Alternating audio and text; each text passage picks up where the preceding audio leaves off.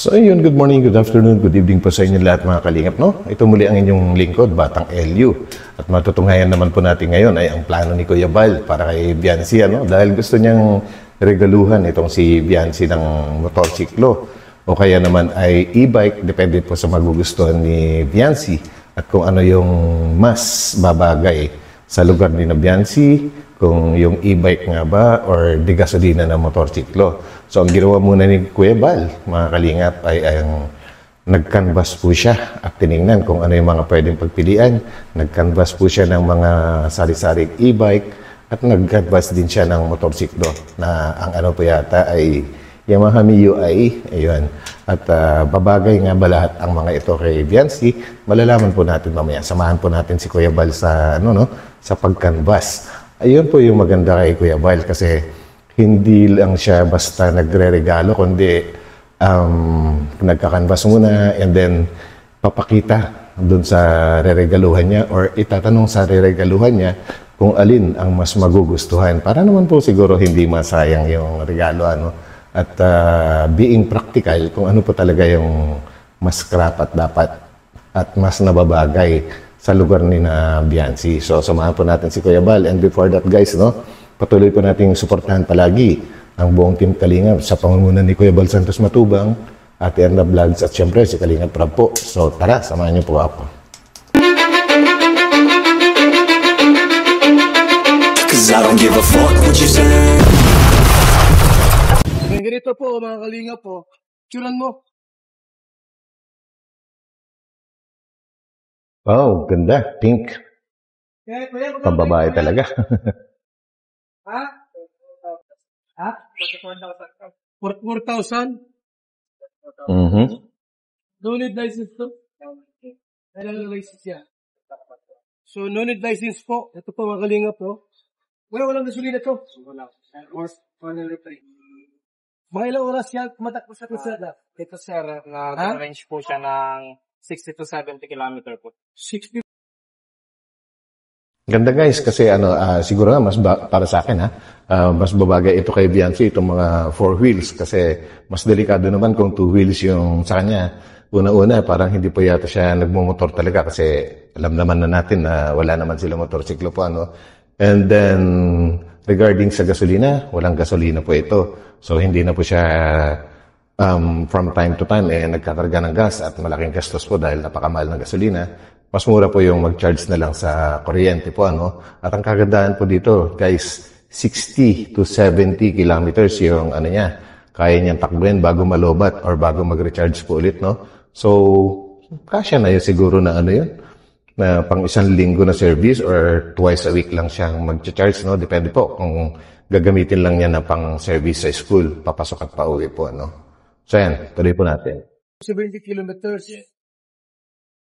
So, ito po, mga kaibigan, Yan ako kay Biancy kung gusto niya ito. Yan. Ganda, pwede. 44,000 daw ito. 3 wheels pala yan, 3 wheels. 92,000. Ito. 50 lang yung mic. Wala mo itong bubong. Ay, ito, magkano to? Para sa mali ito sir, Simbolin ba? Itong nalito. 2,000. Parang hindi na bike Ayun, ito, maganda. Auto na ito, Walang license to, kuya, meron din. Parang auto na. Wala. Di pa naman po report. Ito, kuya, ganun din? Ayan sir, 61,800. 61,000 to. And guys, ang isa pang advantage dito sa e-bike ay hindi na kailangan ng driver's license. Alam naman po natin na I'm sure na wala pang driver's license nga po itong si Biancy. Kaya sa tingin ko mas bagay dito. Pero lang kung meron magdadrive para sa kanya, kung di gasolina, nangangailangan din po yun ng driver's license po, Dahil mas mataas sa 50cc ay nagre-require na po yata ng driver's license. So ito po, mga Kalingap, nag-canvas tayo ng sasakyan dito. Gaganda. At para po kay Biancy. Yun. So yan, kung anong gusto niya na service, wala itong gasolina, Ito kuya, magkano to kuya? Ito sir, 39,800 po. 39,000. So yun po silang tap. Walang gas, walang lisensya. Ilang kilometro kuya ang takbo, itakbo? 70 to 90 kilometers, sir. 70 to 90, no? Kasi sa lugar nila po, wala doon ganong gasolina. Ayun. So, para tipid po siya, So, isa pa palang problema yun, no? Kung di gasolina yung kukunin nila para kay Biancy, wala naman daw pala mga gasolina doon. Bibiyahe pa ng mas malayo para makapagkarga. Sayang naman yung gas, di ba? Tsaka yung gastos. i-charge ko, i-charge na lang. Charge po. Mhm. So, walang license, walang gasolina po na kailangan. No need license, no need gasoline. Sakto. Electric Sakto lang kay po, Biancy. kalingap. Ito, magkano to kuya? 20,000. 800 cash. Ito naman, 61. 39, sir. 39,000. 39,800. Yan, ha? So, ito po, mga kalingap, ang ating regalo kay Biancy. Itong electric bike po.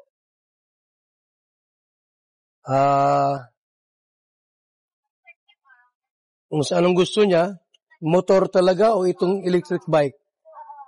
Alamin natin kay Biancy po, mga kalingap. Bakit mga So yun guys, no? Samahan naman natin si Kuya Bal ngayon. Pagpunta naman po sa motor trade ba yun? Or sa Yamaha? Bilihan naman po ng motorsiklo. Sa tingin nyo guys, alin po talaga ang nababagay kay Biancy? Kasi parang si Biancy, hindi din siya nagmumotor talaga. So, hindi rin ubra sa kanya ang 2 wheels, no? It's either 3 wheels to 4 wheels siguro. Pero e-bike, talagang patok na yun. At least may maisasakay pa siya na iba siguro, kapatid niya. tingnan tayo? At, meron tayo ng motor dito. May Mio kayo? Ha? Mio ay po? Yung pambabae. Ay, meron po yun, sir. Mio Gear, sir. Mio. Saan ang Mio? Mio i125, sir. May Mio Gear din po. Nasaan? Ito? Ito po, sir, ang Mio i125. Magkano kuya ang cash nito? 78, sir. 78? Opo. Kuna ko ng 78. picture, ha? Sige po. Ano mga kulay nito kuya? Mga kulay pa? Na iba? Ito, sir, yung isa niya, sir, gulay. Gulay, kung pambabae, sir, bagay yan. Saan dyan? Ito? Ito. So, ito yung po, Mio na pambabae. Ganda ng kulay. Ha? Kung mas mababae, sir, ito mas maganda, sir, Mio Gear. Kano yan? Ito naman, sir, 79,900. Ito? 78,900. Mas mahal, mas puting diferensya lang, no? 79? So, picture natin. Ito, Ayun. yan, Gaganda. ay, mas malaki ito, no? Ito naman, yan. So, ito yung 125 din po yan, Yamaha, Sige. Ito ang Mio. Yan po, mga kalinga po. Yan. So, yan, Ito, 78, 79. So, ko kay Biancy, irigalo ko ito. Pero, next month pa, kuya. Opo, wala po kayo, Ha? sir. Next month Marami pa. itong Okay, malapit stock, na. No, sir, lagi naman kami sa Yan, So, ito, namimili si, anong gusto ni Biancy? Ito o itong isa? Galing. Yan, Ito. Yan, ha? Yun. Sige, kuya. Salamat, ha? So, mamili lang kami. So yun guys, no? Gaganda po ng mga napili ni Kuya Bal. So bahala na si Biancy ngayon na pipili, kaya samahan naman natin. Actually, hinanap pa ni Kuya Bal si Biancy kasi wala sa bahay po nila, no? At may nakapagsabi nga po na nasa isang resort sila dahil birthday ng kapatid niya. And parang naabutan nga niya na pupungas-pungas pa ito si Biancy, mukhang bagong gising. Kaya samahan po natin para malaman natin yung final decision galing kay Biancy kung ano yung magugustuhan niya. Si. Tara. Ano meron dito? Ayun, si Biancy, Po Kuya Bal, may kapatid po po. As usual, naka-jersey. Po, Travis sa, Travis. dito po sa Atungon. Kasi, kasapin kita dahil Sige, bigyan ng motor para na dito naman ano sa pag-eskwela mo, mahirapan. Yung isa naman motor, gasolina, at saka dapat may license ka doon. Doon sa electronic na motor, kahit walang license pwede. Yan ako sa yung ano, yung mga dati na mo. Ayun, no? Tapos mag-decide ka kung Pili na. gusto mo electronic. Sarap naman ang pakiramdam ng nire-regaluhan niya. Sana all. May ano, ayan, ito electronic yan, electronic yan. Yan, ganito. Yung e-bike, hindi, siyempre, Kahit wala ako dito. wala ka, Ikaw mag-decide ka. Siya nga pala guys, no, yung makita niyo pong lalaki na yun, kapatid po ni Biancy yun dahil tinawag nila kasi hindi makapag-decide kanina itong si Biancy, hindi ko na hinabahan yung video, kaya ito, explain ko na lang. So, bandang huli, si Biancy pa rin ang sinabihan ng kapatid niyang lalaki na mag-decide kasi siya naman mismo yung gagamit. i-bike muna, tapos pagka magka-prepare ako, di, yung ano naman, Mio. Uy, Ito sa ano, sa electric bike ko. So, yun na lang muna, ano. So, yun, nakapili na siya. Kasama naman kita, ano. Next month pa naman yun. Salamat po, Kuya Bal. Sige. Ayos.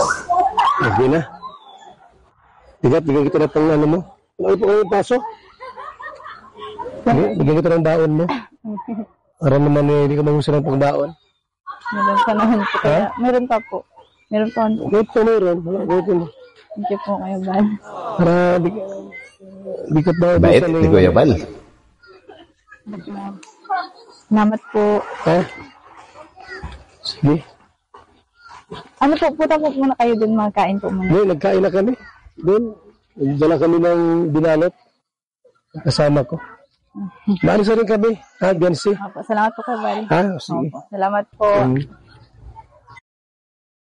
Actually guys, kaya naisipan ni Kuya Bal no, na ibili nga ng service itong si Biancy dahil napag-alaman nga po niya na ito palang si Biancy ay madalas po naglalakad. Minsan merong school bus, nakakasabay siya sa school bus, libre pa nga daw yun, pero papunta lang sa school. Pero yung pabalik ng galing sa school pa uwi, wala na po. Yun, at minsan lang po may dumaan din na jeep sa kanila. Grabe po yung lugar, no? Kaya ang nangyayari, naglalakad. At hindi basta naglalakad, guys. 1 hanggang 2 oras daw yung travel time. I mean, yung paglalakad niya. So, siyempre, malambot ang puso ni Kuya Bal. Kaya naisipan niyang bilhan na lang ng service para makagaang naman para sa pag-aaral po nitong kalingap angel na ito, no? Na si Biancy. Grabe, ang bait mo, Kuya Bal. Saludo ako lagi sa'yo. At tama yung, tama talaga yung napili ni Biancy. Electric talaga, electric bike. Dahil hindi na kailangan ng gasolina, hindi na rin kailangan ng driver's license. Charge na lang.